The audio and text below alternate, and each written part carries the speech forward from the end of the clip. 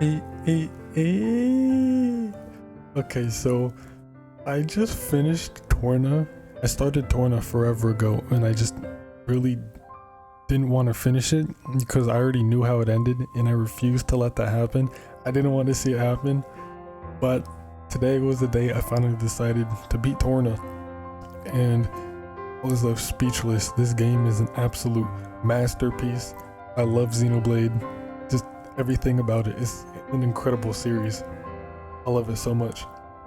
But that's not what this video is about. After I beat Torna, I was actually going into the events theater in Xenoblade 2 in the main game so I could get some cutscenes for my next big video that I'm making. I'm making a video about Jin and his tragic story and change of heart. So, you know, I was going in there to get cutscenes for that to put in my video. And I see this here at the bottom, special artwork. And I was like, oh, what is this? I had no idea about this. And I went through the artwork. There's 5 pieces of artwork here.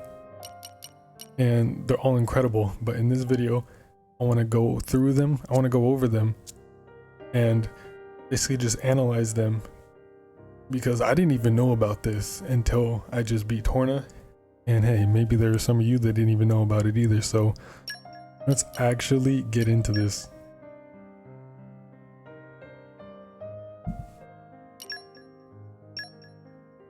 Alright, our first piece of artwork is look at a hand drawing of all the main characters in Xenoblade 2. At least base game. And Torna. We see going from like left to right, we see Poppy Alpha, Poppy Cutie Pie, Tora, or Poppy Alpha, Poppy Cutie, Tora, Poppy Cutie Pie, and then Azurta up on Tora's wing. And we see Mithra, Rex, Nia, and Pyra. And then below Rex is Blade Nia on top of Dromark with Numa above her. And then we see Brigid, Morag, Zeke, and Pandy. And then Van Dam and Rock right above Zeke. And then above Van Dam, we actually see a Malthus. And then that big structure in the back is Poppy Buster. And then right under Poppy Buster, we can actually see Klaus, and half of his body's gone. Next to Klaus, we see Adam, Milton, Niall, and Hugo. And then Lila. And then the actual little Poppy from Poppy Buster next to Laura and Hayes. This is a really cool artwork. I really like it a lot. And it's just so great. But this second, third, and fourth are like concept art, and they're really cool. Here we can see concept designs for Rex and Pyra, and this actually looks really nice. Not only do they have different colors, but Pyra's design is a lot different. You see the core crystal on Rex, it has like these 4 little points in the openings on the X from the top, bottom, left, and right. There's 4 little extra Aegis core points right there that aren't in the final art, and I will be putting the finalized art up here next to the concept art so you can compare. But here in the concept art, we can see Rex has like some kind of strap along his chest that isn't in the finalized version.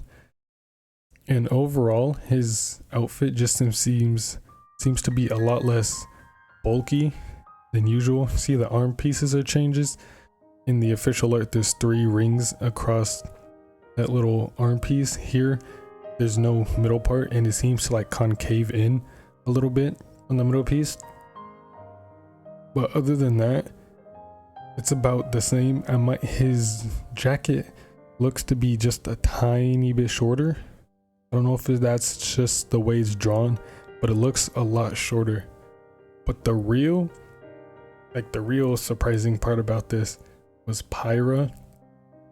Her design is a whole lot different. It's so much different. Her hair, for starters, is a hell of a lot longer, and she doesn't seem to have those little tapestry things on the back, like those long tapestry things with that little crescent shape cutout. She doesn't seem to have those.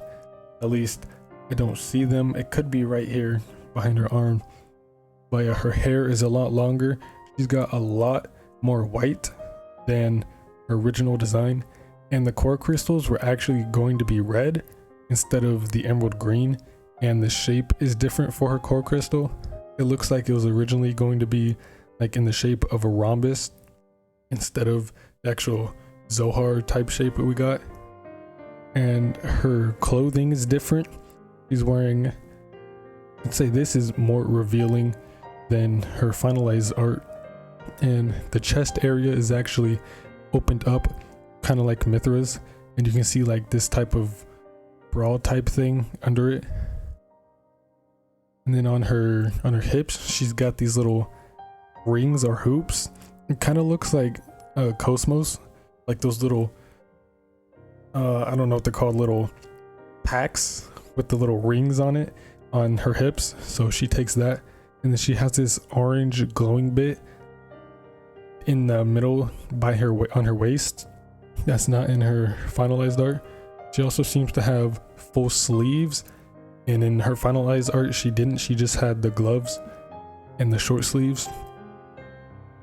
Yeah, but she seems to have a lot extra little accessories on her as well.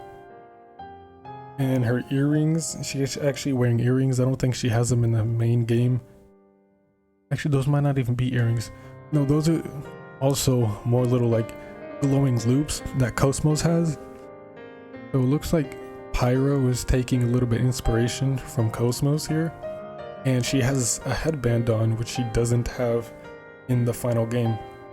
But the really interesting part was these next couple arts. Here, this one is okay. So on the left, way over here on the left, at first I thought this was Poppy, but it looks more to be Pandoria because of the little tail, the outlet tail. And give me 1 second.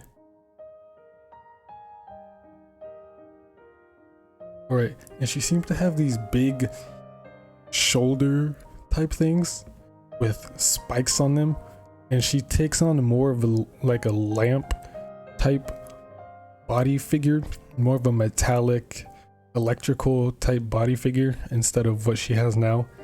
The tail right here is actually a socket and outlet, but in base game her tail is just like a cylindrical light bulb type thing, and her hair is a lot less frizzy. It's a lot more tame, and her glasses seem to be a little bit smaller. But yeah, her design is completely different here. And then next to that, next to the one on the very left at the top, that's just a closer up version of what she looks like, or what she would have looked like. And it looks like only one what's that, the circle on her glasses, only one of them is like unfogged. I don't know if that's how it would have been in the main game, in the finished product, but that's how it looks here. And then below that, she seemed to have these like circular prism type shoulders. I don't know, I imagine they'd be made out of glass and just be like reflective prisms. And then she's got all these little circles on her dress, and then these patterns on her legs with like some type of protrusions on each of her calves. And yeah, this skirt actually seems to be longer than what we have in the final game, and the chest area has like zigzags on it, but in the main game it's just like a large V shape with a heart on her breast. And then next to that, she actually has a hat. And if you notice on these Pandoria concept arts, she actually has like two little, whatever these things are coming out of the back of her head. I'm not quite sure what those are, but on this third one over here, she has those like ball things on her wrists instead of her shoulders, and she has some type of very big hat on and a longer dress, and her legs seem to be a lot skinnier compared to the other two. And then all the way up at the top seems to be concept art for Poppy, actually. And Poppy doesn't actually look that different. Oh, give me a second. Yeah, Poppy doesn't even seem to be that different. She obviously doesn't have her shield on, so it looks kind of weird. But see, the leg designs for the first two are pretty close to the finalized version, with like the ball socket joints for her knees and then the big bulky legs from the knee down. But in the first one, all the way on the left, she seems to have, like, her arms seem to be proportional to humans instead of the bulky legs and arms she has now. And yeah, she doesn't really seem to be wearing much of anything except for like a little crop top, like a very slim crop top. And she seems to have more of a human or like skin-like body here than in the final product. Unlike her, she looks to be having skin with like Poppy, Cutie Pie, or yeah, Cutie Pie and Cutie, but Poppy Alpha is mainly all mechanical except for her face, which looks synthetic skin. But her arms, she seems to be having some kind of cover over them with a short cape. But in the middle, she has some kind of vest or coat over her with some frills at the bottom, and she's actually not wearing her hat in any of these three. Yeah, she doesn't seem to have her hat at all, and she's got two little protrusions or sockets in the top of her head. And the third one looks closer to what Poppy Alpha actually looks like in terms of the hair, or the top of her head. She's wearing some kind of bow tie or something, and she seems to be wearing some kind of maid costume. And we actually see a similar maid costume like this in base game in Tor's closet when he first boots up Poppy Alpha. So that could be what it is. That could have been her default outfit, which would have been pretty cool. And now my favorite part, we're here with Nia. She seems to be a lot skinnier, but that could just again be the drawing. But Nia, her design looks pretty much like the main game, just a couple of added things, of course. But the most redeeming thing, her hair was going to be different. Instead of what we see in the base game, her hair is relatively straight and short. Her hair was going to be all fluffy and puffed up like this, more like Pandoria's hair. So it looks like Pandoria and Nia got a hairstyles change mid-development. They swapped the two hairstyles. And Nia also doesn't seem to be wearing that necklace with the 3 jewels on it. And then the little spike piece on her chest is also differently shaped. But other than that, Nia looks pretty okay. She looks relatively normal. And this one, actually art of Numa. And her design is a lot different from base game. Okay. Alright, I'm just pulling up her art so I can compare the two.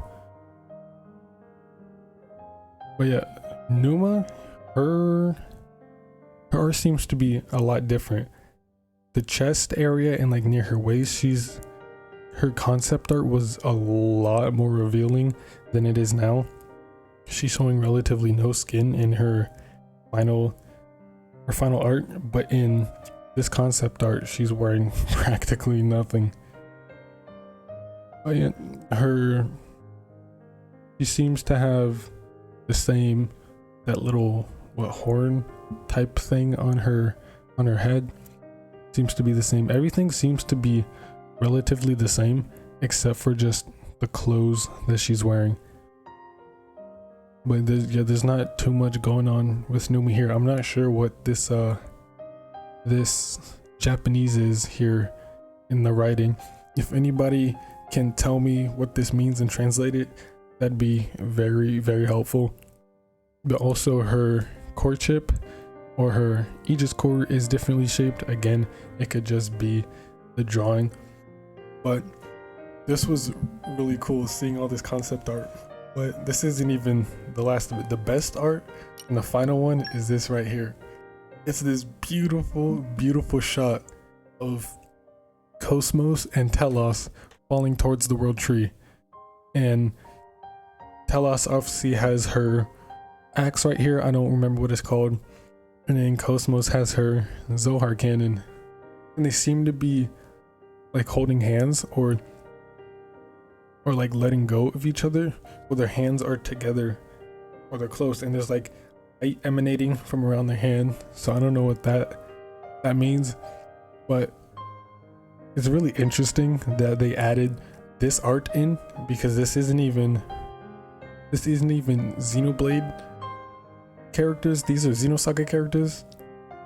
Like normally you'd expect Cosmos, because Cosmos is just like the poster girl of Monolith, basically the mascot. Cosmos is the mascot of Monolith Soft, and then they throw Telos up in here.